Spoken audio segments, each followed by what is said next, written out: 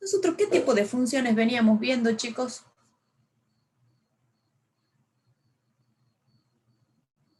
¿Cómo eran las funciones que venimos estudiando? En R2. Ajá, pero aparte, solamente en R2 eran En R2. funciones reales. Sí. Nosotros teníamos funciones que estaban definidas de D, un subconjunto de Rn, y eso iba a R, ¿se acuerdan? Nosotros hemos visto funciones con variables reales, que eso lo podíamos definir después en R2, en R3 o en Rn, pero nosotros hemos trabajado con funciones reales, donde el rango, yo siempre les insistí, es un subconjunto de R o R mismo, ¿sí? El valor es un número real. Bueno, ahora, ¿qué vamos a ver? Vamos a ver lo que son las funciones, o sea, vectoriales. Las funciones vectoriales las podemos definir en el plano o en el espacio.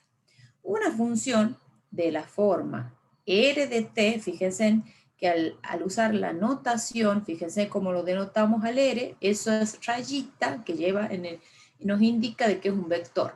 Es igual a f de t por i más g de t por j. Esa es la definición de la función vectorial en el plano. Y en el espacio sería R de t igual a f de t por el versor i más g de t por j, por el versor j, más h de t por el versor k. Estas funciones se llaman funciones vectoriales.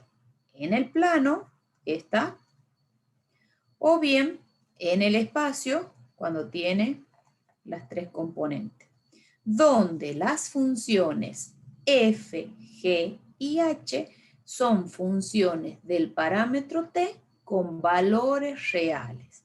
Entonces, si ustedes se fijan, en el caso de una función vectorial, o simplemente es una función, bueno, el dominio en ese caso va a ser un conjunto de números reales y el rango es un conjunto de vectores. Es un conjunto de vectores.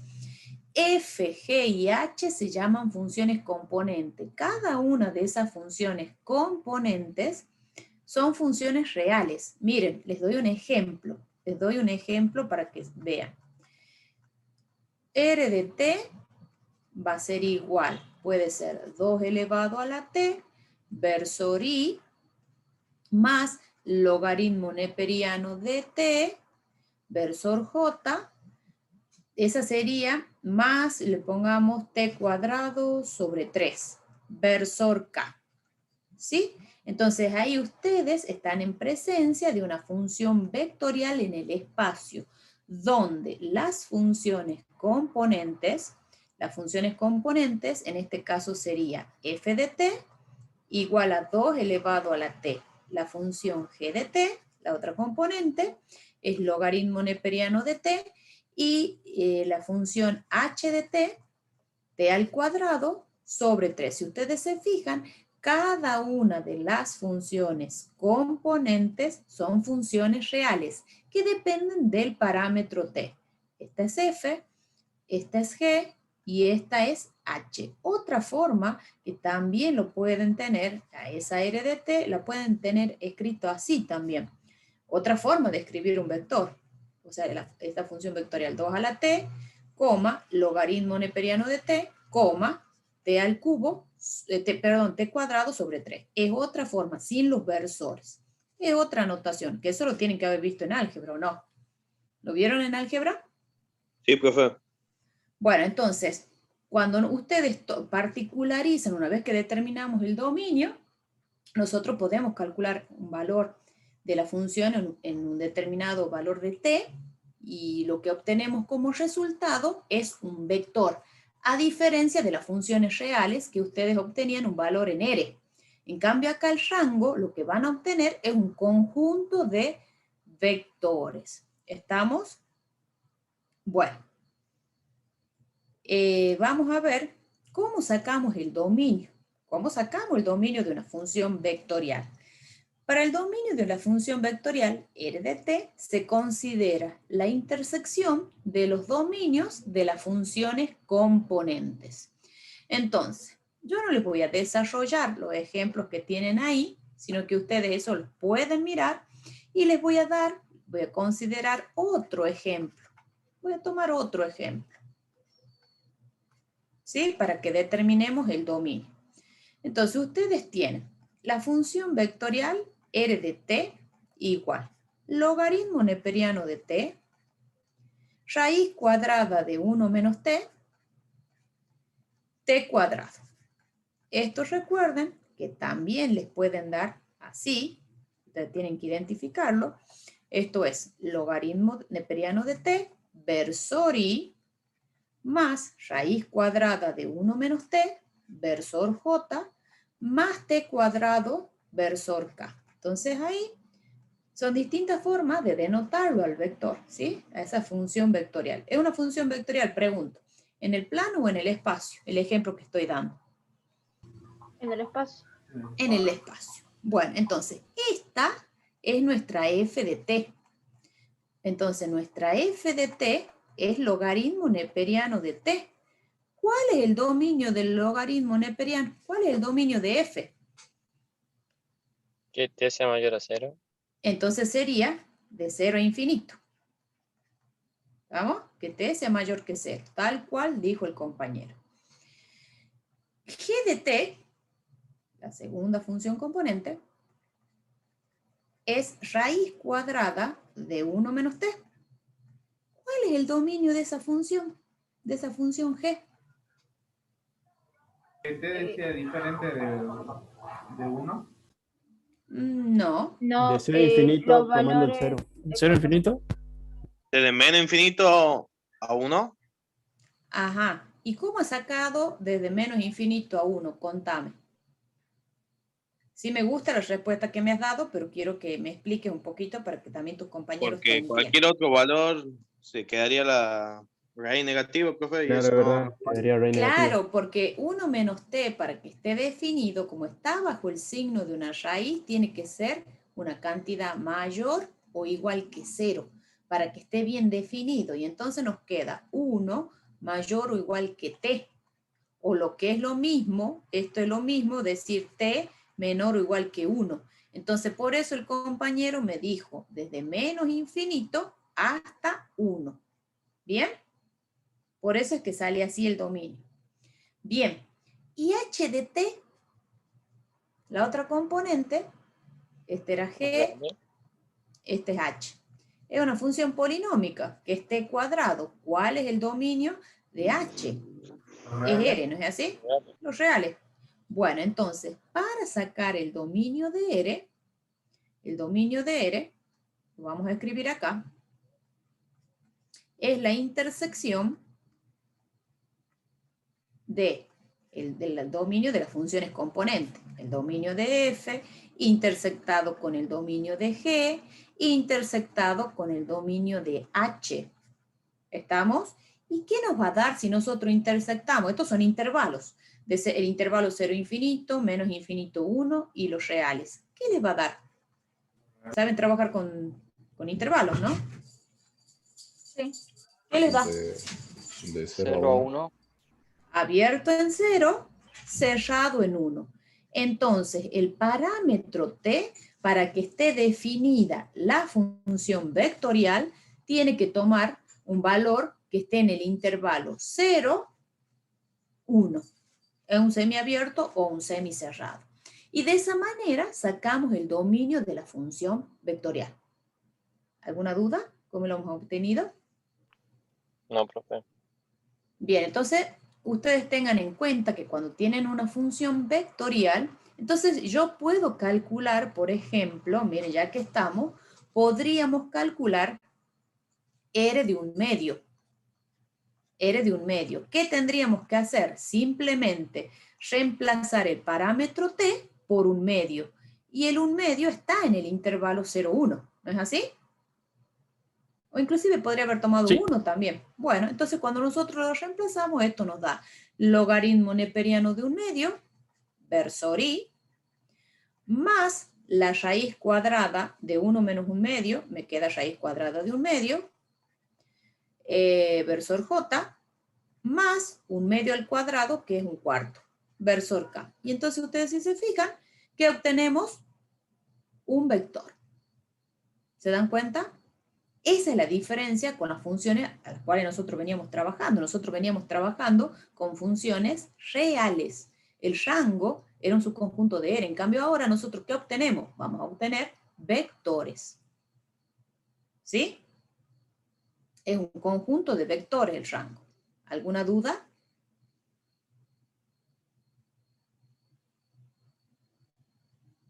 ¿Estamos? Sí, profe. Bueno, ¿puedo mover la pantalla? ¿Copiaron? Sí. Perfecto. Porque es diferente. Si ustedes se fijan, acá también tienen otros dos ejemplos, el apartado A y B, A, B y C, y tienen, en el ejemplo A, y lo tienen desarrollado, ¿sí? Tienen desarrollado cómo obtener el dominio de esa función vectorial. Pero yo digo, bueno, voy a hacer otro ejemplo. Cuando nosotros vamos a representar gráficamente esas funciones vectoriales, en realidad lo que nos van a dar su representación gráfica es una curva, ya sea en el plano o en el espacio. ¿Sí? Esa curva, esa función vectorial nos va a dar una curva en el plano o en el espacio. Sean f y g funciones continuas en un intervalo i, el conjunto de pares ordenados, f de t, g de t, es lo que se denomina la curva plana C. Bueno, las ecuaciones, o sea, x igual a f de t e y igual a g de t, son lo que se llaman ecuaciones uniparamétricas de C. ¿Por qué se llaman uniparamétricas? Porque dependen de un único parámetro que es t. ¿Sí? Por eso se llaman uniparamétricas. Entonces, si nosotros representamos gráficamente una función vectorial, va a representar, acá tienen el dibujito, una curva, ya sea en el plano o en el espacio. Y ustedes, si se fijan, esa curva se ve que tiene acá una flechita. ¿Ven la flechita esa? Eso es lo que nos indica cuál es la orientación de la curva. La orientación de la curva está dada en el sentido, en la dirección de los valores crecientes del parámetro t. A medida que van tomando, o sea, a medida que el t crece, eso es lo que me va a indicar cómo es la orientación de la curva. ¿Sí? Ya van a ver que nosotros, mediante funciones vectoriales, vamos a representar distintas curvas. Cuando nosotros representemos, bueno, pueden ser algunas, qué sé yo, puede ser un círculo, la orientación puede ser en el sentido horario o en el sentido antihorario, depende de cómo esté definida la función. ¿Estamos? Bueno, entonces tengan en cuenta que la orientación de esa curva, la orientación es, digamos, en función de la dirección de los valores crecientes del parámetro t. Por eso tiene ahí la flechita. ¿Vamos? Por eso tiene esa flechita. Bien. Sigamos. Nosotros, cuando teníamos las funciones reales, nosotros hemos visto que podíamos operar con esas funciones. ¿Qué operaciones podíamos realizar con las funciones reales? ¿Qué operación? ¿Se acuerdan? Suma, Suma, resta, resta. multiplicación, división. Ajá, teníamos el álgebra de funciones. Podíamos Sí. sumarlas, podíamos restarlas, podíamos multiplicarlas en forma escalar, o sea, en forma algebraica, sí. Pero ahora ustedes tengan en cuenta, podríamos tener un cociente siempre y cuando el denominador no se nos anule. Bueno, ahora yo les hago una pregunta. Ustedes tengan en cuenta que acá, cuando nosotros definimos las funciones vectoriales, o sea, son vectores. Acá tienen la función vectorial R y la función B. ¿Qué operaciones podían realizar con vectores de álgebra? La suma, la resta. ¿Sí?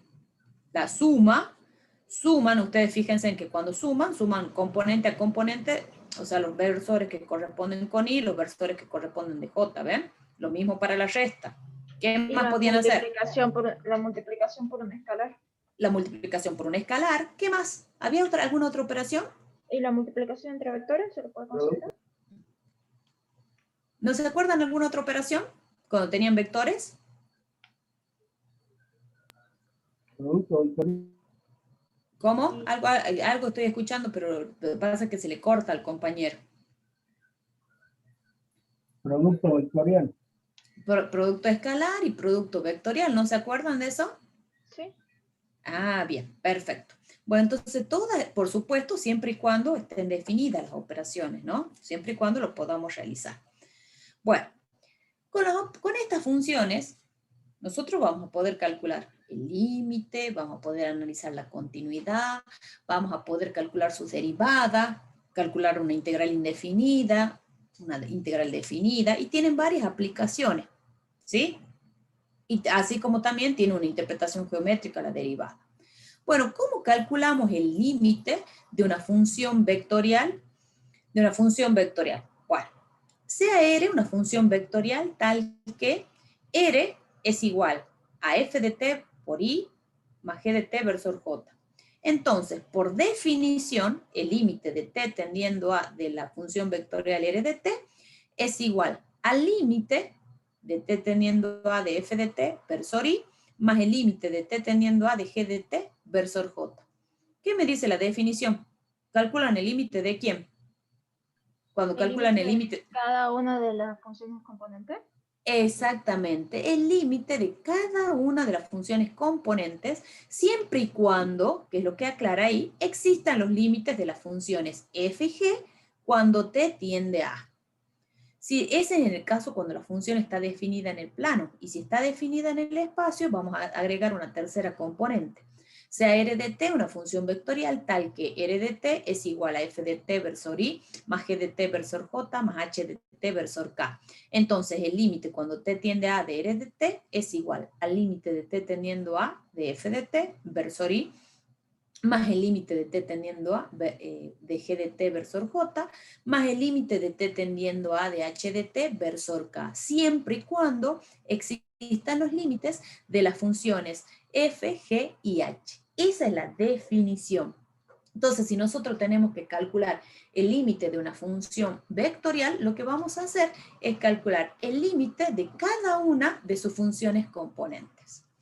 Aquí, si ustedes se fijan, ya les voy a dar ahora un ejemplo. Si ustedes se fijan, y no lo tomamos ya, no lo estamos tomando, acá van a tener, lo que tienen acá es la definición rigurosa, la definición epsilon delta. Pero nosotros no la tomamos, trabajamos con esta definición, ¿sí? Entonces a esa yo lo que les diría, la recuadran, porque si les piden la definición, no les van a pedir la definición rigurosa de epsilon delta, sino que les van a pedir esta definición. ¿Vamos? Entonces yo por eso a veces les recuadro para que ustedes se acuerden. Un ejemplo. Miren, un ejemplo.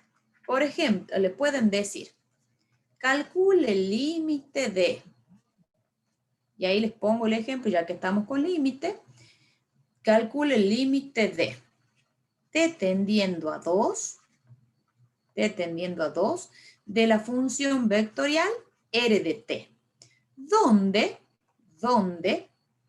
r de t, esa función vectorial, es t versor i más t cuadrado menos 4 sobre t cuadrado menos 2t versor j más 1 sobre t versor k. ¿Sí? Bueno, ¿qué hacemos para calcular? Nosotros queremos calcular el límite de t tendiendo a 2 de la función vectorial r de t. ¿Esto a qué es igual? Esto es igual al límite, yo lo voy a hacer paso a paso, de t tendiendo a 2 de. Y ahí ponemos la función vectorial que nos han dado, más t cuadrado menos 4 sobre t cuadrado menos 2t versor j más 1 sobre t versor k. Bueno, ¿y esto a qué es igual, chicos? A la suma de cada uno de los límites. Ajá, ¿y por qué lo puedo hacer, Gaby? ¿Y por propiedad de límite? Y porque cada uno de ellos existe. Sí, esto es por definición en realidad, pero porque cada uno de esos límites sé que existen. ¿Vamos? Bien. Entonces me queda t cuadrado menos 4 sobre t cuadrado menos 2t versor j más el límite de t tendiendo a 2 de 1 sobre t versor k. Bueno, ¿cuánto me da el primer límite? De la función f. ¿Cuánto me da? 2. 2 por el versor i. Bien. ¿Cuánto me da el otro límite? ¿Es t cuadrado menos 2t en el denominador? Bien, entonces tomo límite de t tendiendo a 2. Sí, t cuadrado menos 2t. Ah, bien, bien. Lleva ese 0, profe, 0 sobre 0. 0 Cero sobre Sí, pero ¿qué pueden hacer ahí ustedes? O podemos sacar factor común y Factor arriba común, hace diferencia al cuadrado. Perfecto, t menos 2, t más 2. Sobre, sacan factor común t y acá me queda t menos 2. Claro, porque si no tengo una indeterminación, ¿no es así? Por el versor j. Más, y el otro límite, ¿cuánto me da? un 2, medio. profe. Medio. Un medio de t, perfecto. Medio, perdón, versor k. Bueno, entonces ese límite, si ustedes se fijan, ¿se me va la indeterminación o no? Sí. ¿Y cuánto me queda? 2, profe. 2. 2i más 2j más un medio de k. Entonces ustedes, si se fijan, que obtienen un vector. ¿Sí? Voy a buscar el cargador de la máquina, que se me está quedando ahí sin batería, y ya retomamos. ¿Sí? Aprovechen y copien. Seguí. Bueno, lo que yo les decía, la definición rigurosa no se toma. ¿Sí? Propiedades de los límites. Estas propiedades, si ustedes se fijan, están enunciadas como teoremas. Son teoremas. Sean U y V funciones vectoriales que tienen límites cuando t tiende a A y sea C una constante. Entonces, el límite de t tendiendo a de la función vectorial U más la función vectorial B es igual al límite, es igual a la suma de los límites de cada una de esas funciones vectoriales. Si tienen una constante, ¿qué pasa con esa constante? La pueden sacar, ¿no? Y ustedes fíjense en acá, ese punto, ¿qué me está indicando? ¿Qué operación es ahí? Dice límite de t tendiendo a de u de t por b de t. ¿Qué producto es ese? Producto vectorial. No. ¿Producto escalar sería? Es producto escalar. Perfecto, es el producto escalar. ¿Se acuerdan cómo el producto escalar? ¿Sí o no? Me imagino que sí. Da Bueno, el resultado Era- un número. Da el resultado. sí, exactamente. Se hace el producto de componente a componente y se la suma. Sí, así es. Y en este caso, cuando tienen la X o tienen la cruz, ahí se ha cortado, pero es el sí, límite de t tendiendo a producto vectoriales. vectorial b de t, sí. Sí, sí. Fíjense, esto va a ser el límite de t tendiendo a, ahí se ha cortado, chicos, de t tendiendo a, de u de t vectorial, el límite de t tendiendo a, del vector b de t, de la función vectorial. Estas propiedades todas tienen demostración y queda para ustedes estudiarlas la demostración, porque son bastante sencillas, chicos, bastante sencillas, o sea, no van a tener dificultad a la hora de estudiarlas. ¿Estamos? Esa, porque la clase de hoy es un poco larga, si no, no vamos a llegar. Es bastante lo que hay que ver. Están todas demostradas. Entonces, después ustedes pueden recurrir al archivo, que ya me imagino que lo han descargado al PDF del aula virtual, y están demostradas. Lo que sí me interesa es esta propiedad, este teorema, y después les voy a dar un ejemplito. ¿Cómo se define la continuidad? Una función vectorial R se dice que es continua en el punto t igual a A, si y solo si el límite de t tendiendo a de R de t es igual a R de A, es igual al valor de la función vectorial en A, en t igual a A. decimos que la función vectorial es continua en un intervalo y si es continua en todos los puntos de ese intervalo. ¿Estamos? Entonces, es continua si el límite de t tendiendo a de r de t es igual a r de a. Este teorema, que estoy por enunciar ahora, es un teorema que se lo toma mucho en los finales. Entonces, es un teorema que hay que estudiar. Vamos, yo les voy indicando lo que sí o sí, no sé si se dan cuenta, lo que sí o sí es como que lo tienen que saber para el final. Bueno, ¿qué dice el teorema? Sea f una función vectorial r continua en el punto dado por t igual a a. Sí y solo sí, sus funciones componentes son continuas en a. Entonces, ¿qué nos dice el teorema? Miren, ¿qué nos dice el teorema? Teorema. Lo que a nosotros nos dice, sea r, una función vectorial. No me dice si, cuando nosotros hablamos de la función vectorial, puede estar definida en el plano o en el espacio. R es continua en t igual a a, si y solo si, tiene un doble sentido, si y solo si, sus funciones componentes, sus funciones componentes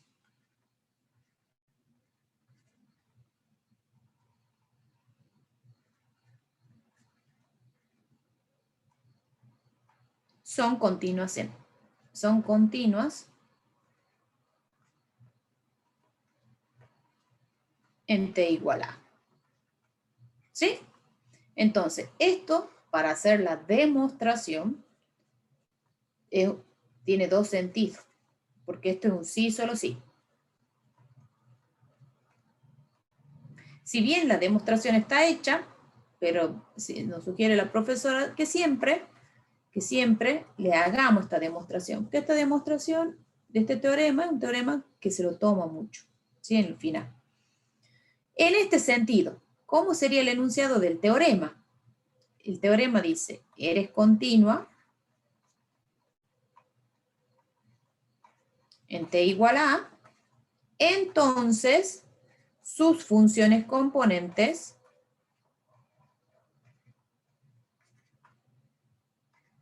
son continuas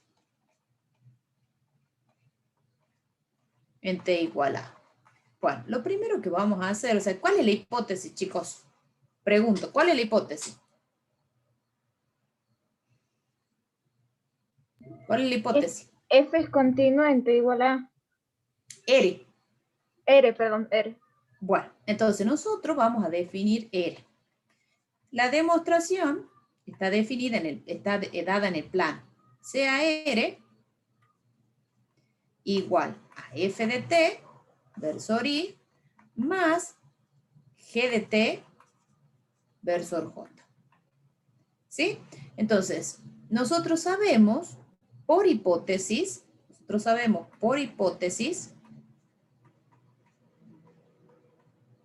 de que R es continua en t igual a a. ¿Sí? Entonces, por definición de continuidad, el límite de t tendiendo a de r de t es igual a r de a. Eso es por definición de continuidad, porque nosotros sabemos que esa función vectorial es continua. ¿Estamos hasta ahí? Por definición de límite,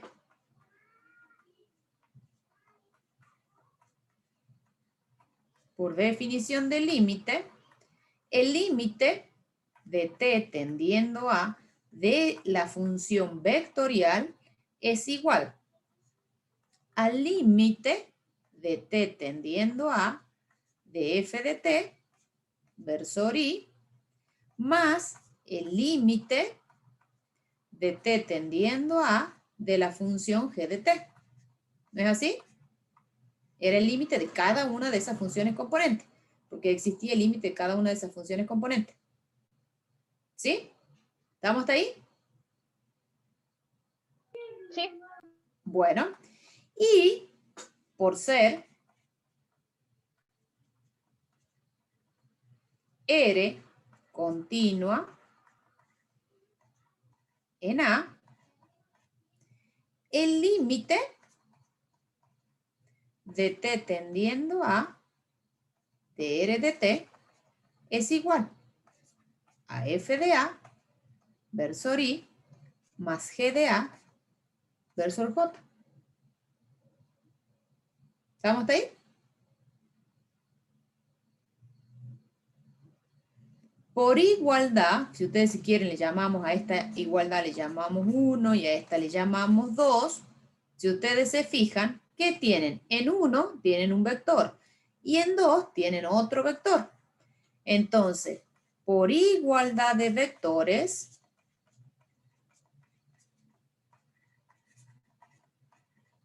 entonces ahí ustedes están comparando 1 y 2. Están comparando 1 y 2.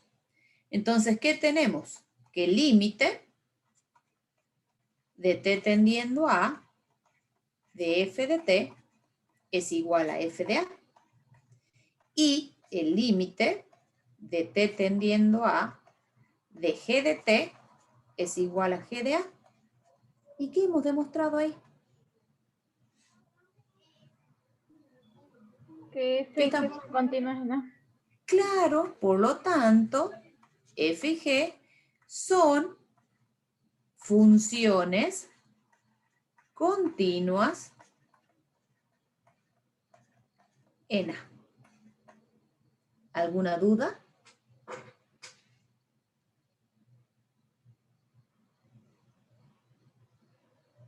No, profe. Bueno, demostremos, ¿puedo mover la pantalla? Espera un segundito. Dale, no hay problema. Nosotros hemos demostrado en este sentido. Nosotros dijimos, la función vectorial es continua en t igual a A, entonces sus funciones componentes son continuas en A. Ahora vamos a demostrar en el otro sentido. Las funciones componentes son continuas en A, entonces la función vectorial R es continua en A. ¿Sí? Porque es un sí, solo sí el teorema. Esto está demostrado, pero siempre nosotros preferimos volver a hacerle la demostración de este teorema.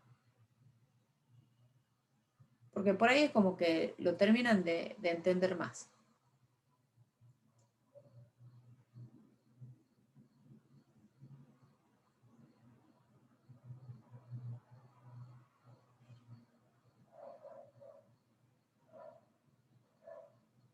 Bien, recuerden que para la demostración estamos considerando la función vectorial en el plano. En el espacio sería lo mismo, chicos. Solamente que hay que agregar una tercera función componente. ¿Estamos? ¿Está Gaby o no? Sí, profe. A ver si- Perfecto. Ahora demostremos en el otro sentido. Yo lo voy a hacer acá, en este sentido. ¿Esto qué quiere decir? ¿Cuáles son las hipótesis? O sea, nosotros teníamos la función r de t, no se olviden que era una función que está vectorial, pero en el plano, ¿no? La estamos demostrando. Nosotros, ¿qué decíamos? F y G, funciones continuas en A. Entonces, R es continua, es lo que vamos a demostrar, en t igual a. Bueno, por hipótesis,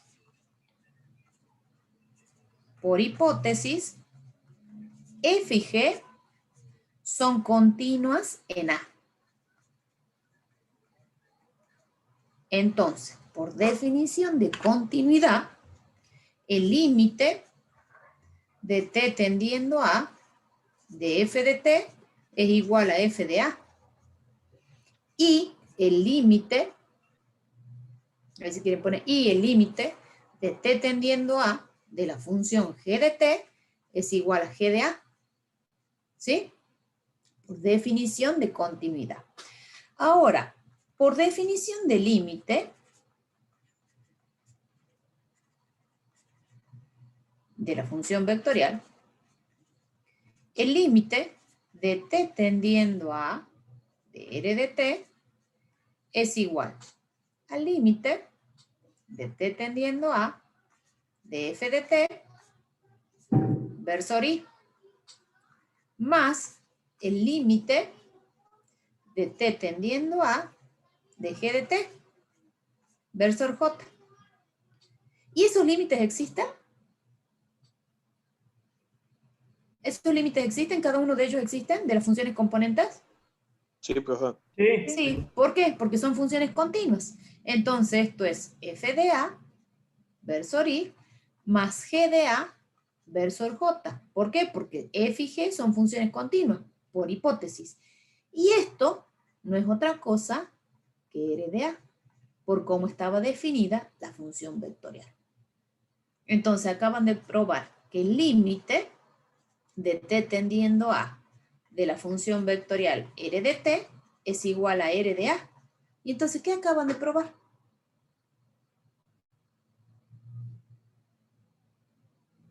¿Qué acaban de probar? Si el límite de... ¿no? ¿Qué eres? Si el límite de t teniendo a de r de t es igual a r de a, ¿qué era eso? Que eres continua. Claro que r es continua en t igual a por definición de continuidad. Exactamente. ¿Bien? Y ahí queda demostrado el teorema.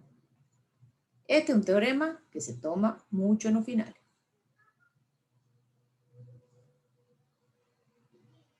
Bueno, a ver, hagamos un ejemplito.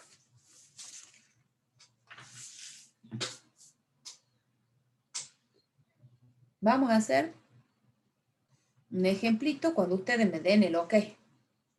Si ustedes me dan el OK, yo muevo la pantalla. Mueve, profe, Sí, ya profe, después sí. copio el no del OneNote. Perfecto, y esto se actúa. Escúchame, ¿le ha llegado bien el OneNote que les compartí? ¿Lo pueden ver bien? Sí, profe. Bien, lo ven así como lo veo yo, digamos que tienen las secciones y solo que no lo pueden editar. Pueden verlo nada más. Bueno, un ejemplo, antes de que pasemos a derivadas. Un ejemplo. Por ejemplo, le dicen analizar la continuidad de, o discutir la continuidad, como quieran, la continuidad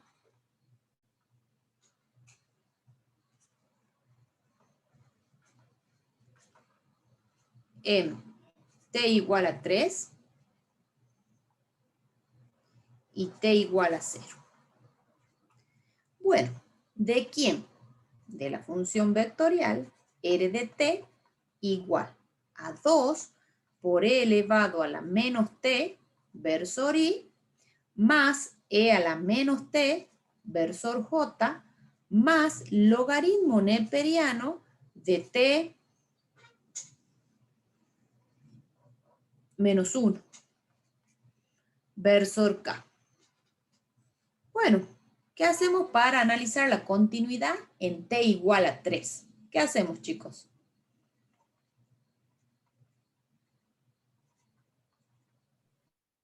¿Qué hacer? ¿Reemplazamos?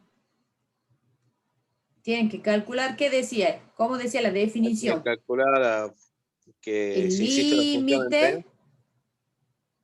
no, directamente vamos al límite. El límite de t tendiendo a 3 de la función vectorial r de t.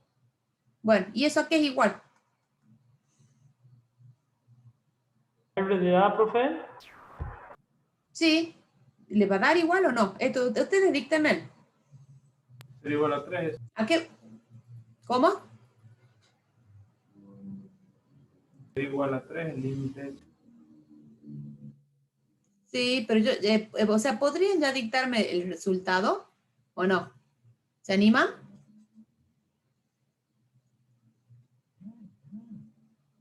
La función exponencial, cada una de esta no tengo en cuenta, esta es la f, esta es la g y esta es la h. ¿Qué van a poner? A ver, ¿qué pondrían?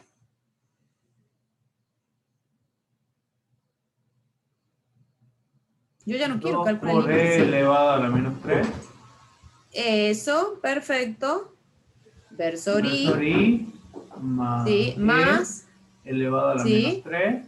Versor j sí, más sí, logaritmo de 3 menos 1 sería 2. que es 2, ajá. Versor k. Versor, claro, K. porque cada una de esas funciones componente, f, g y h, ¿tiene algún problema en t igual a 3? No. No, No, No, ninguno. ninguno. Y entonces lo que acaban de obtener ustedes es R de 3, chicos. O sea, están mostrando la continuidad de esa función vectorial en t igual a 3. ¿Sí? ¿Qué pasa cuando hacemos en t igual a 0? A ver, los quiero escuchar. ¿Qué pasa cuando hacemos en t igual a 0? ¿Será continua? Sí. ¿Qué me dicen los demás? El logaritmo va a tener problemas, el No. logaritmo natural. Sí, el logaritmo de Claro, Bueno. la h de t, que es esta, que en este caso es logaritmo de t menos 1, no está definida en t igual a 0. Y si no está definida, ¿por qué? Porque si ustedes sacan el dominio de esa función h, ¿quién es el dominio de esa función h? De 0 sin tomar a infinito. ¿Qué dicen los demás? Sí. Sí. Yo digo que no. No, sería desde De 1 u- tomado, desde uno, 1 profe. a cero, infinito. Claro, porque t menos 1, el argumento de esa función logarítmica tiene que ser mayor que 0. Entonces, eso implica que el t tiene que ser mayor que 1. Entonces, eso implica que el dominio de esa función h, de la componente, esa va a ser desde 1 a infinito. Entonces,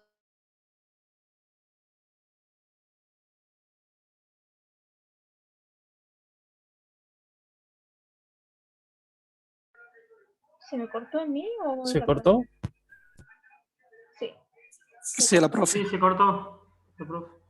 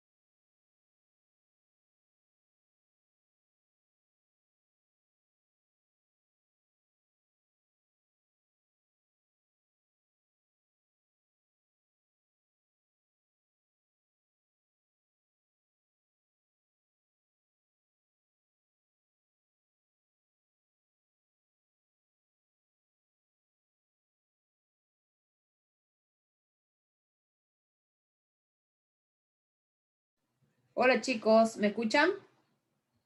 Estoy de nuevo. Sí. Yo estaba explicando re entusiasmada y veo que ya los había perdido. Va, en realidad yo me había desconectado del Zoom. Es problema de internet, parece, evidentemente. Bueno. Nos quedamos cuando estaba dando el dominio de 1 a infinito.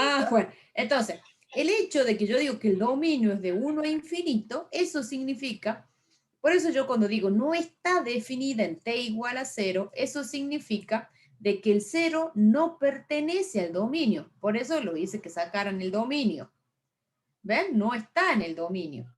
Por lo que eso implica de que h no es continuo en t igual a 0. Y si una de las funciones componentes no es continua en t igual a 0, en t igual a a, entonces eso implica que la función vectorial r tampoco es continua en t igual a 0. ¿Se entiende? Sí, profe. Porque si era continua, todas las funciones componentes lo tienen que ser. Y si hay una de ellas que ya no es continua, entonces no es continua la función vectorial. ¿Sí? Por eso está puesto a propósito los dos valores. ¿Sí? Porque justamente hemos dado un valor en t igual a 0 donde una de ellas no es continua, donde una de las funciones componentes no es continua. ¿Estamos? ¿Alguna duda? ¿Se entiende el ejemplo? Sí. Sí, sí se entendió, Bien. profe. Perfecto. ¿Puedo mover? Sí. Sí. Bien, muy bien. ¿Copiaron el ejemplito? Cualquier Sí. cosa queda en el OneNote, ahí queda grabado todo, así que... Bueno, ¿Profe? veamos cómo se... Sí, decime. Le hago una consulta. ¿Qué pasaría si una de las componentes Sí, de las no funciones existe el límite, pero existe la función en t? ¿Se la puede salvar el límite? ¿O no hace falta en este tipo No, de función? nosotros definimos el límite, tiene que existir el límite en todas las funciones componentes. Si en una de ellas no existe, no es que vos la vas a poder redefinir. ¿A eso te referís? Claro, profe, para que No. sea discontinuo, evitable, digamos. No. Acá, por ejemplo, la función vectorial, vos fíjate que no hemos hablado en ningún momento de discontinuo evitable y no evitable. No, o es continuo o no es continuo. Ah, bueno, profe, ¿Estamos? gracias. Entonces, Sí, sí. acá no hablamos de redefinirla, no. Bien. Vamos a ver cómo calculamos la derivada de una función vectorial. La derivada de una función vectorial r de t se define como, y acá está la notación, la derivada respecto de t, del parámetro, igual a r' de t, se define como el límite del delta de t tendiendo a 0 de r de t más delta de t menos r de t sobre delta de t. Si este límite existe.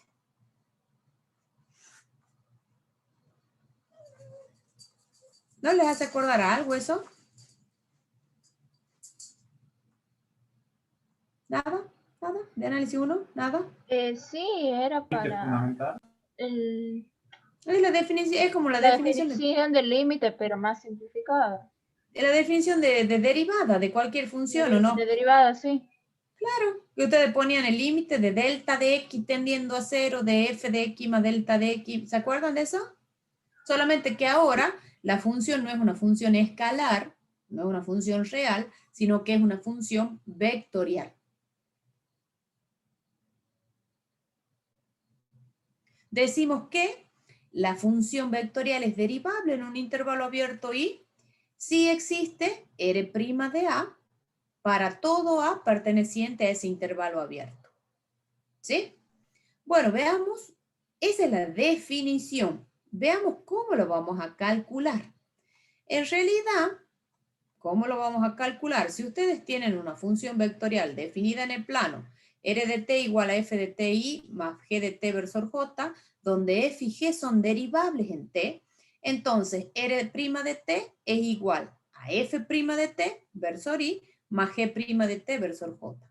Y si esa función vectorial está definida en el espacio, f de t versor i más g de t versor j más h de t versor k, donde f, g y h, las funciones componentes, son derivables en t, entonces R' de t es igual a g' de t versor i más más g' de t por versor j más h' versor k. O sea, ¿qué le está diciendo el teorema este? Que la derivada de r es la suma de las derivadas. Claro que nosotros en realidad cuando derivamos la función vectorial, ¿qué tienen que hacer ustedes? Derivar cada una de las funciones componentes. ¿Sí? Eso es lo que dice. Sí, como si fueran independientes, ¿no? Claro, porque cada una de ellas son funciones reales, cada una de ellas, ¿sí? Y entonces uno que va a ir haciendo, derivando cada una de las funciones componentes. Esta demostración yo se las voy a explicar, no la vamos a volver a reescribir, pero sí se las explico. ¿Qué dice? ¿Cuál es la hipótesis? La demostración para una función que está en el plano. Sean f y g funciones derivables y r de t igual a f de t versor i más g de t versor j. Bueno, nosotros ¿qué queremos demostrar? Que r' de t es igual a f' de t versor i más g' de t versor j. Bueno, de acuerdo a la definición de derivada, no se olviden que r' de t era igual al límite de delta de t tendiendo a 0 de r de t más delta de t menos r de t sobre delta de t. Eso es lo que dice la definición de derivada, cuando dice la definición 4.1. Entonces, pero no pierdan de vista que la función vectorial r de t es f de t versor i más g de t versor j. Entonces ahí cuando ustedes reemplazan r de t más delta de t, ¿sí? El primer término, en el límite ustedes ¿qué van a tener? F de t más delta de t versor i más g de t más delta de t versor j, que es lo que tienen reemplazado acá.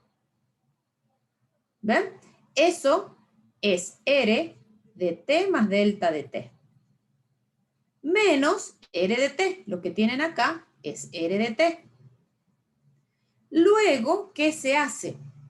Se reacomoda algebraicamente. Tomamos versor i con versor i, versor j, versor j. Trabajamos algebraicamente. Como estos tienen los mismos versores, ¿qué nos queda? F de t más delta de t menos f de t, versor i, más g de t más delta de t menos g de t, versor j. ¿Sí? Como nosotros sabemos de que esas funciones son derivables, entonces sabemos que van a existir los límites. ¿Vamos? Entonces acá ustedes fíjense que separamos. Acá separamos. Tienen el mismo denominador, el delta de t, separamos. ¿Ven? Y luego, límite de una suma, la suma de los límites. ¿Por qué? Porque saben de que esas funciones son derivables y entonces que existen el límite. ¿Quién es el primer límite? f' de t. ¿Quién es el segundo límite? g' de t. Por definición de derivada. No es difícil la demostración. No sé, ¿qué opinan ustedes? Solo usamos las definiciones de límite, trabajo algebraico, la hipótesis de que las funciones son derivables. ¿Vamos? ¿Alguna duda? No, profe. ¿Alguna duda?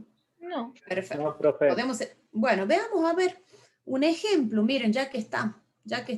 Tienen la demostración de la 2i, o sea que es cuando está definida en el espacio. ¿Sí? También la tienen la demostración. Hagamos un ejemplito.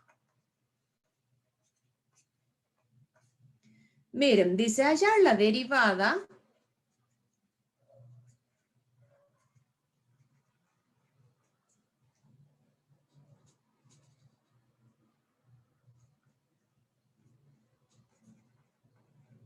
de la función vectorial r de t igual a la raíz cuadrada de t cuadrado más 1 versor i más secante de t versor j. ¿Sí? No pierdan de vista que esta es la función componente f, esta es la función g. Bueno, ¿quién era r' de t? ¿Quién es r'? Es igual a f' de t versor i más g' de t versor j. ¿Sí? Este lo podemos llamar apartado A si quieren. Bueno, ¿quién es f'? Lo escucho.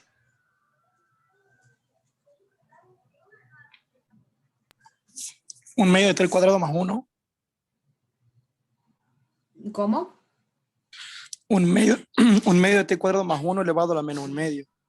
Ah, claro, porque ustedes como tienen esa raíz cuadrada, me dice 1 sobre 2 por la raíz cuadrada de t cuadrado más 1. Sí, me gusta. ¿Por cuánto?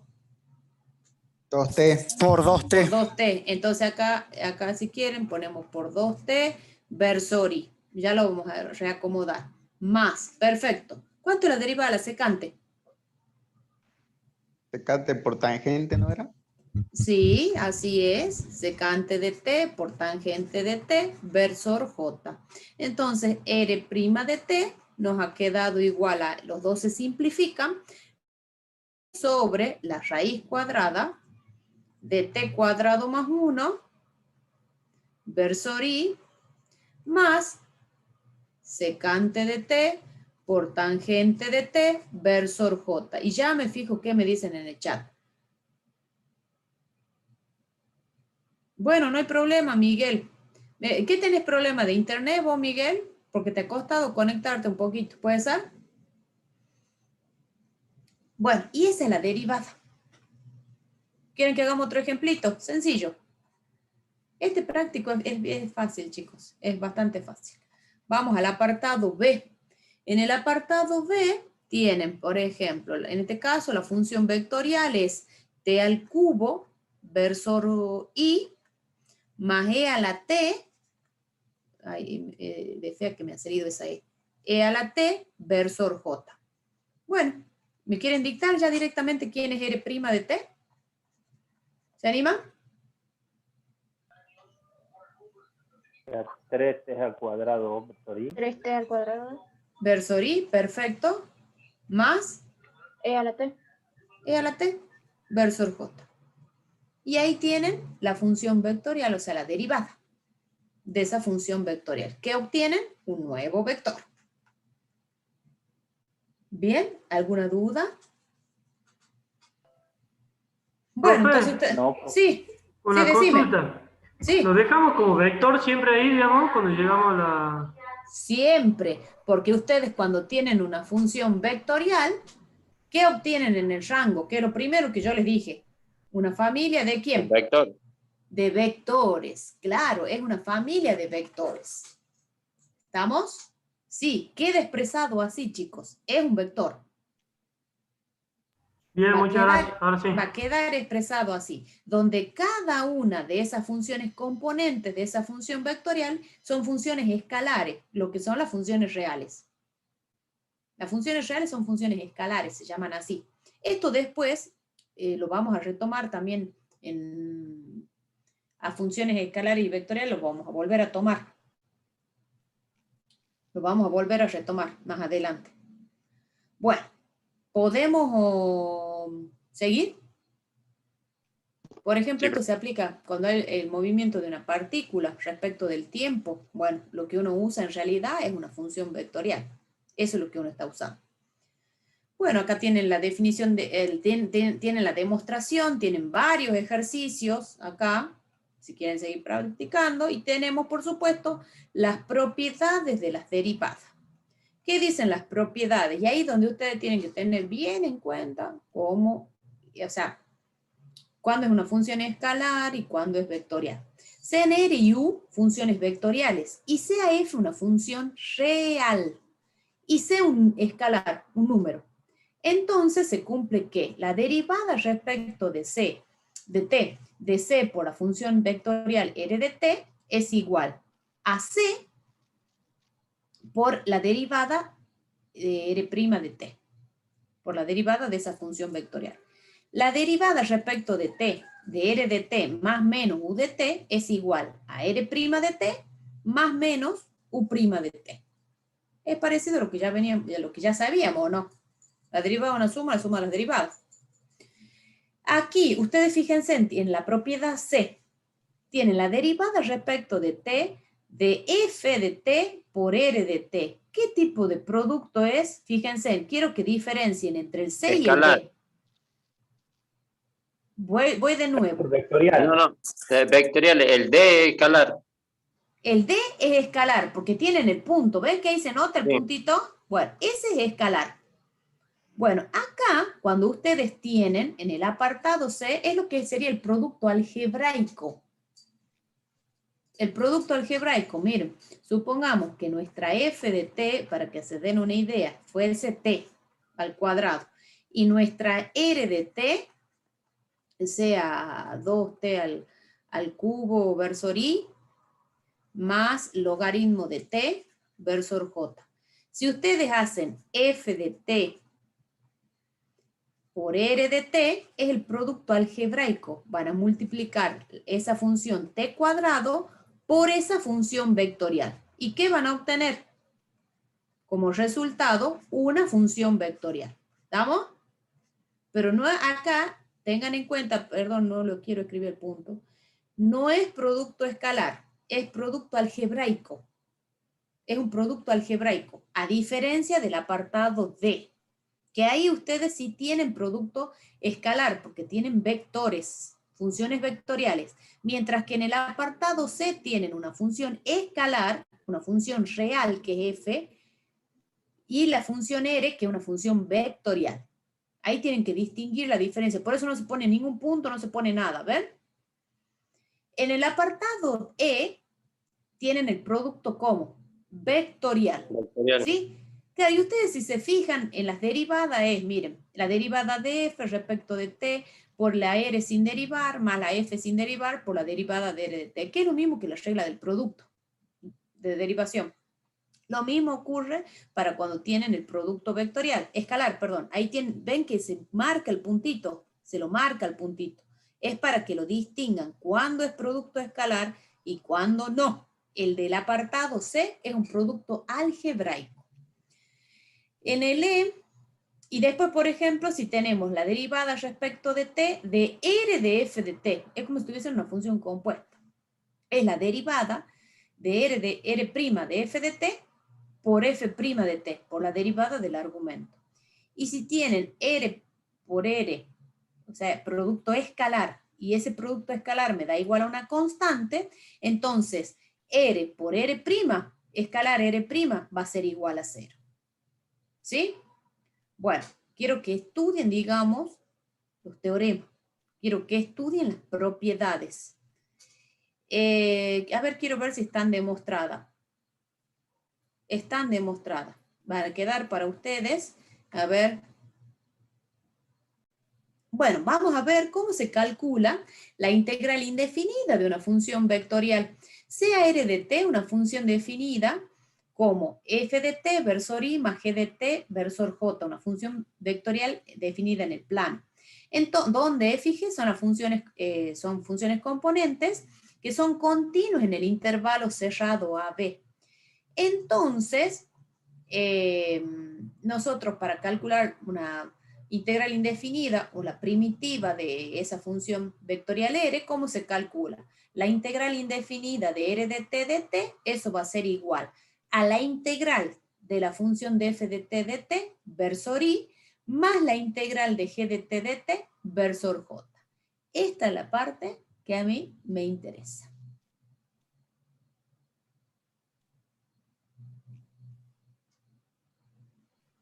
Esa. Después, bueno, cómo se calcula esas primitivas o antiderivadas de cada una de esas funciones componentes, pero esto es lo que a mí me interesa. ¿Sí? O sea que si ustedes tienen que calcular la integral indefinida de una función vectorial, ¿cómo se calcula? ¿Cómo se calcula? Como la suma de las integrales de las funciones componentes. Claro, las integrales indefinidas de cada una de esas funciones componentes. ¿Estamos? Eso es lo que vamos a hacer. Y así se trabaja. Ejemplo.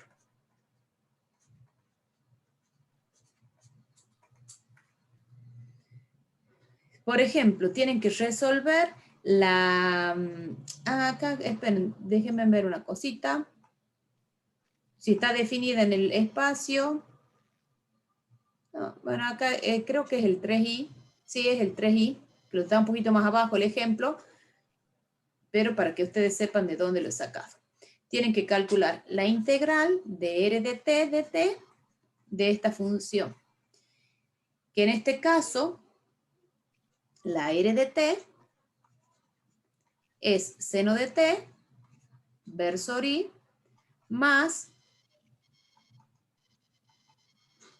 1 más coseno de t versor j. Bueno, entonces nosotros tenemos que calcular la integral de ¿quién? Del seno de t versor i más 1 más coseno de t versor j, todo esto multiplicado por el dt, o sea, simplemente he reemplazado la función vectorial. Esto, por definición, esto se calcula como, se resuelve como la integral de la función componente seno de t dt versor i más la integral de 1 más coseno de t dt versor j. ¿Sí? De cada una de esas funciones componentes. Bueno, a ver, y resolvemos, buscamos qué función derivada me da seno de t. ¿Cuál es la primera? Menos coseno. Menos coseno de t versor i. Más. ¿Qué función? Acá integramos. ¿Qué función derivada me va a dar 1 más coseno de t? X La integral, más seno. ajá, entonces va a ser t, porque el parámetro es t, más seno de t. Perfecto, no importa, pero está bien lo que me has dictado. T más Es una seno pregunta. de t versor j. Sí, decime. Aplicamos ¿No podría todas las también propiedades. aplicar la integral dos veces? Porque en 1 más Sí. coseno, o sea, hacer la integral de la suma. Sí, todo lo que ustedes ya saben de las propiedades. Sí, para funciones de una variable. Tal cual. Sí, se separan en dos, porque ahí tienen ustedes una suma. 1 y más el coseno. La integral de 1 es, como me dijo el compañero. Sería Acá, t, sí, sería dt. claro, exactamente. Acá lo que sí, chicos, quiero que busquen una buena tabla de derivadas, una buena tabla de integrales. Porque acá ya no voy a... O sea, no me interesa, yo ya no les voy a explicar los métodos, si es sustitución, si es por parte, si es trigonométrica. No, yo quiero que ustedes aprendan a usar las tablas. ¿Copiaron el ejemplo? ¿Estamos? Quiero que aprendan a usar las tablas. Entonces, ya me tienen, o sea, si no la saben a la integral, la van a buscar en la tabla y me van a dictar el resultado ya. Y así van a resolver práctico, con tablas. O sea, estas Bien. integrales son sencillas, pero después cuando veamos las dobles, las triples, si no, no termina mal el ejercicio. Acá el objetivo ya no es evaluar si ustedes saben los métodos de integración. Se supone que eso ya lo vieron en el análisis 1. Entonces acá usamos tablas ya. ¿Sí? Bueno, ¿copiaron el ejemplito? Sí, profe, Sí. la asistencia de hoy, ¿cómo sería? ¿Cómo sería? ¿Quién es el que me está hablando? Sigüenza. Sigüenza. Lautaro. Lautaro, ¿vos ya has Sí. venido a otras teorías? Pregunto. Sí, Ah. pero quería saber si, como decía que en la práctica no vamos a poner eso. Sí, y es ¿Lo así. hacemos igual, no? Claro. Así, vamos a seguir Claro. igual. Sí, está en clase anterior, pero... Ah, bueno, muy bien, sí. Bueno, acá cuando dice ampliación se refiere en el caso de que ustedes tengan esa función vectorial, pero que la tengan definida en el espacio, ¿sí? Lo único que ahí, fíjense, en que cuando ustedes calculan la integral indefinida, se nos agrega la última componente, ¿ven? Pero por supuesto que tienen que cumplir las condiciones para poder integrar esas funciones componentes. F, G y H tienen que ser continuos en un intervalo cerrado AB. Entonces, la primitiva o antiderivada se la calcula de esta manera. Es para el caso que la tengamos definida en el espacio, ¿sí? A esa función vectorial. Bueno, continuemos. Ahora vamos a ver cómo calculamos la integral definida. La integral definida de una función vectorial r de t en un intervalo cerrado AB se define como la integral de AB de r de t de t como el límite del módulo de la partición P tendiendo a 0 de la suma de i igual a 1 a n de r de t sub i asterisco por delta de t sub i. ¿Se acuerdan qué era esto? ¿Se acuerdan qué era? ¿Sí o no? ¿No les suena la suma de Riemann?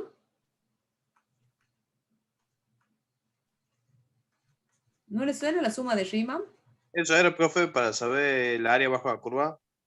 Bueno, es una interpretación geométrica, pero ustedes lo que tenían, que tomaban una partición del intervalo, en n subintervalos, ¿no se acuerdan eso? Luego se tomaba el límite. Bueno, eso en realidad es la suma de Riemann, chicos. Pero nosotros, ¿qué nos interesa? Es que esta parte, que nosotros para calcular la integral definida de una función vectorial, ya sea que esté definida en el plano o en el espacio, se calcula como la integral definida de cada una de sus funciones componentes. Eso es lo que me interesa. Esta parte la salteamos nosotros en realidad, pero esto lo tienen que saber de análisis 1. Esto es la definición en realidad de integral definida, pero lo que nosotros a los fines prácticos, ¿qué vamos a hacer? La integral definida de una función vectorial, ya sea que esté definida en el plano o en el espacio, acá lo voy a mover un poquito, o en el espacio, ¿sí? La integral definida de a a b de la función vectorial r de t se calcula como la integral definida de a a b de f de t de t versor i, más la integral definida de a a b de g de t de t versor j. Y si está en el espacio, le agregamos la integral definida de a a b de h de t de t versor k. Esto es lo que me interesa a mí que se acuerden. ¿Se van dando cuenta cómo es en el caso de la función vector de secante de t por tangente de t, dt versor i?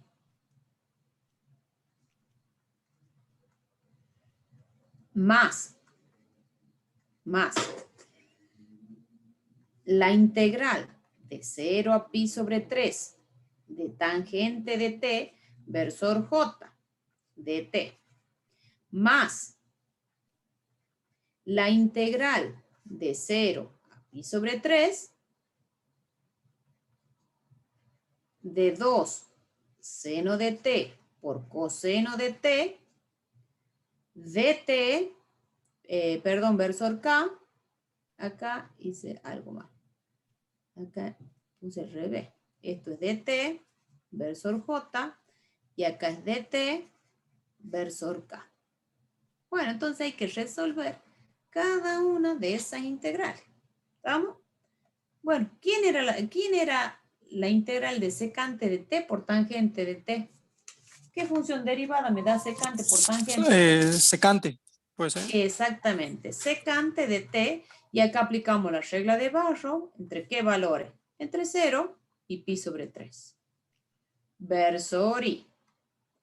Más, ¿qué función derivada me daba tangente? Esa no es inmediata. ¿Se acuerdan o no?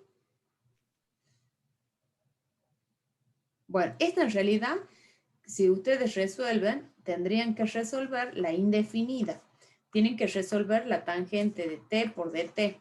Esto se hace con una pequeña sustitución, porque esto lo escriben como seno de t sobre coseno de t. Pero como yo ya les dije, ustedes van a usar tablas. Entonces, esto en realidad es menos el logaritmo neperiano del valor absoluto del coseno de t. Y si no se acuerdan, miro, busco la tabla. ¿Estamos? ¿Entre qué valores? Entre 0 y pi sobre 3. Por el versor j. Más. ¿Qué función derivada me va a dar 2 seno de t por coseno de t? Busco por tabla, seno cuadrado de t. ¿Entre qué valores? Entre 0 y pi sobre 3. Versor k. Y bueno, ahora aplicamos la regla de Barrow. ¿Se acuerdan de la regla de Barrow? El segundo teorema fundamental del cálculo. Secante de pi sobre 3. Acá van a poner secante de pi sobre 3 menos secante de 0. ¿Se acuerdan la regla? Sí, pues. Bueno, ¿cuánto era la secante de pi sobre 3? Secante es 1 sobre coseno. El coseno de pi sobre 3 es 1/2. Secante es 2. Y secante de 0 es 1. Entonces acá les queda 2 menos 1. Así.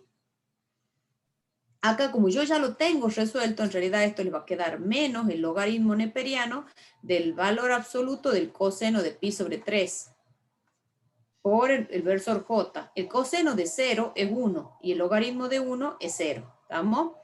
Más, acá les va a quedar, más el seno cuadrado de pi sobre 3. El seno de 0 es 0. Entonces acá les va a quedar más el seno cuadrado de pi sobre 3. Que eso es raíz de 3 sobre 2. Pero al estar elevado al cuadrado, les va a quedar 3/4. O sea que en definitiva, resolviendo esto, les va a quedar menos, acá el logaritmo de 1/2, esto ya es parte del, no es ya de la teoría del cálculo esto, más 3/4, versor K.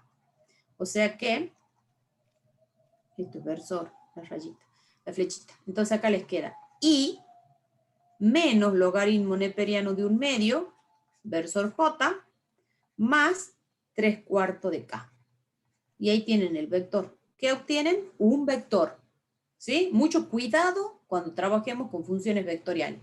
Siempre obtenemos un vector, ¿no? Siempre un vector. Bueno, ¿podemos seguir? Sí. Bien. Sigamos. La clase debe un poquito larga. Es largo el tema, pero bueno. ¿Qué aplicaciones tiene? Bueno, tiene aplicaciones geométricas y aplicaciones físicas. En el caso de las aplicaciones geométricas, ¿qué quiere decir cuando una curva es suave en el plano o en el espacio? Decimos que una curva, una función vectorial R de t igual a f de t versor i más g de t versor j, o R de t igual a f de t versor i más g de t versor j más h de t k, es suave en un intervalo abierto y prima si f', g', h' son continuos en i.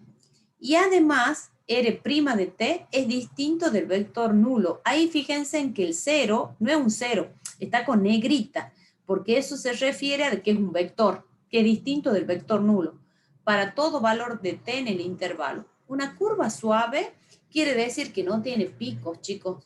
O sea, por ejemplo, si ustedes tienen una curva así, que tiene un piquito, esa no es suave.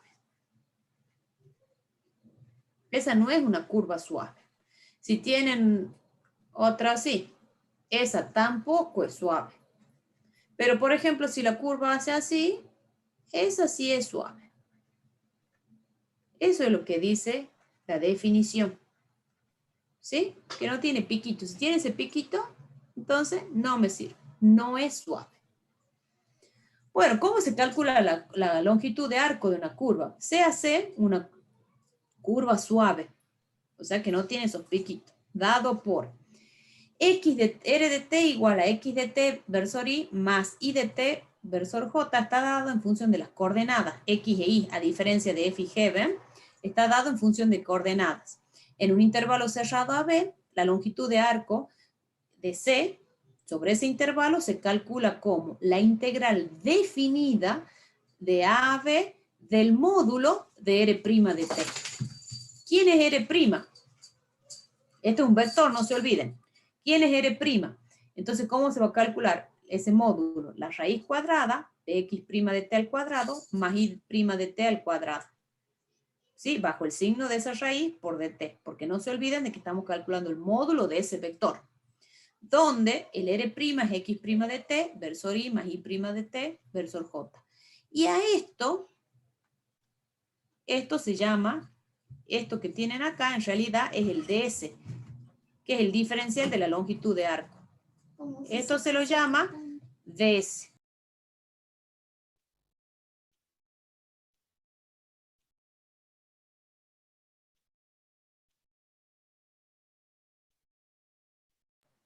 Bien, eso se llama el diferencial del arco de curva, por eso lo llamamos ds, que lo tienen escrito acá. ¿Sí? Y si la longitud de arco de curva de una curva suave, de una función vectorial definida en el espacio como x de ti más y de tj más z de tk en un intervalo cerrado a b, la longitud de arco se la calcula como la integral definida de a a b del módulo de R' de t, donde esto no es otra cosa que el diferencial de la longitud, el ds. ¿Estamos? Esa es la definición. Bueno, esto en la práctica, vamos a ver cómo se calcula la longitud de arco. A nosotros nos van a dar la función vectorial, que puede estar definida en el plano o en el espacio, y luego vamos a derivarla, calcularle su módulo, y calcular esa integral definida entre A y B. ¿Sí? Bien. La interpretación geométrica, bien sencillo. La derivada de una función vectorial, nosotros por definición vimos que era el límite de delta de t tendiendo a 0, de r de t más delta de t menos r de t sobre delta de t, siempre y cuando ese límite exista. Yo les dije de que esa función vectorial tenía como representación gráfica una curva, que ahí si ustedes se fijan es esa curva C. ¿Quién es R'? En realidad R' es el vector tangente a esa curva en el punto P. ¿Quién es R'? Vuelvo a repetir. Acá, esto que está con azul, chicos, esto es R' de T. Ahí se me ha borrado, no sé cuál pegarlo. Eso es R'. R', o sea, la derivada de esa función vectorial, es el vector tangente a la curva, a esa curva C, en el punto P. Eso es lo que ustedes se tienen que acordar. ¿Cuándo va a existir esa R'? Eso es lo que se tienen que asegurar. Es cuando, y acá ya les digo, es cuando no, es diferente del vector nulo. Esa R' va a existir siempre y cuando sea, o sea, la R' no sea igual al vector nulo. Entonces nosotros decimos, en realidad, que la R', la derivada, es tangente a la curva en el punto C, en el punto P, siempre y cuando existe esa derivada y sea distinta del vector nulo. Esa es la condición. ¿Estamos? Eso es lo único que se tienen que acordar. ¿Quién es el R'? El vector tangente a la curva C en el punto P. ¿Y cuándo va a existir? Siempre y cuando ese exista y sea diferente del vector nulo. Bueno, también podemos, y esto no es más que fórmulas, chicos. En la práctica son fórmulas, nada más. Podemos calcular el vector tangente unitario. ¿Cómo se lo calcula y se lo denota con la letra T mayúscula? Es igual al R' de T sobre su módulo, sobre el módulo de R' de T. Ese se llama vector tangente unitario. ¿Cuál es el vector normal? El vector normal se lo calcula como T' de T, o sea, la derivada del tangente unitario sobre su módulo. ¿Sí? A la hora de hacer la práctica, uno tiene anotadas las fórmulas hasta que me las acuerdo, ¿sí? Por supuesto que para calcular ese vector normal, tiene que ser el vector tangente unitario de la derivada distinto del vector nulo. ¿Ven que lo hacen como gordito? Esto es el vector nulo, por eso le pone la flechita arriba. Y también podemos tener lo que se llama la curvatura. La curvatura es, si siempre y cuando tengamos una curva suave, representada por R de T, por esa función vectorial, la curvatura es el módulo de T', del tangente unitario, sobre el módulo de R' de T. ¿Sí? O sea, cuando ustedes tienen, ¿qué es lo que nos miden en realidad la curvatura? Si ustedes tienen la curva, yo voy a hacer un dibujito.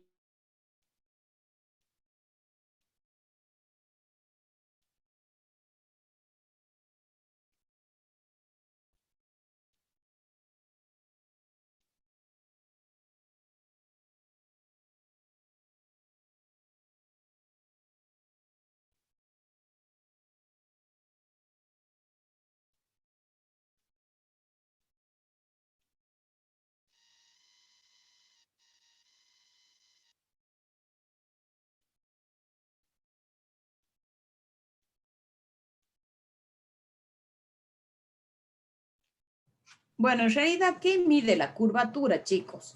Lo que mide la curvatura es qué tan rápido cambia de dirección la curva en un punto. Por ejemplo, viene viajando, por eso yo le hice el dibujito. Y hasta acá viene con una curvatura suave. Y de repente en este punto cambia. ¿Sí? O sea, ¿qué mide la curvatura en realidad en este punto? Mide qué tan rápido cambia de dirección la curva en un punto. Eso es lo que mide la curvatura. ¿Estamos? Después viene, acá en este punto, también cambia. Ahí cambia.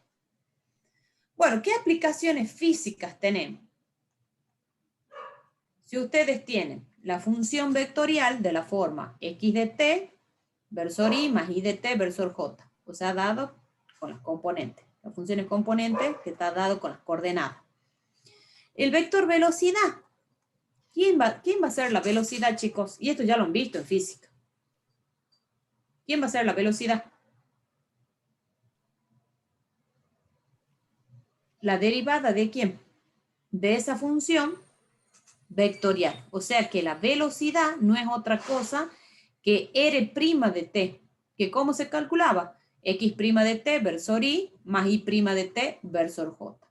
Esa es la velocidad. ¿Cómo se calculaba la aceleración en física? ¿Quién era? ¿Se acuerdan?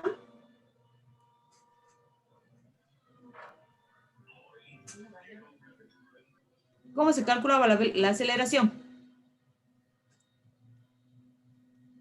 Bueno, la aceleración no es otra cosa que la derivada de la velocidad o bien la segunda derivada de esa función vectorial. La segunda derivada de r de t. ¿Sí? O sea que va a ser la segunda derivada de x de t versor y más la segunda derivada de y de t versor j. La rapidez, ¿cómo se calcula? La rapidez simplemente es el módulo del vector velocidad, o sea que es el módulo de r' de t. Entonces, ¿cómo se calcula? En el caso de que acá ustedes tengan esa función vectorial en el plano, que sea x de t versor y más y de t versor j. Esa rapidez se calcula como x' de t al cuadrado más y' de t al cuadrado bajo el signo de esa raíz. ¿Bien? Y eso es todo por hoy. ¿Alguna duda? No,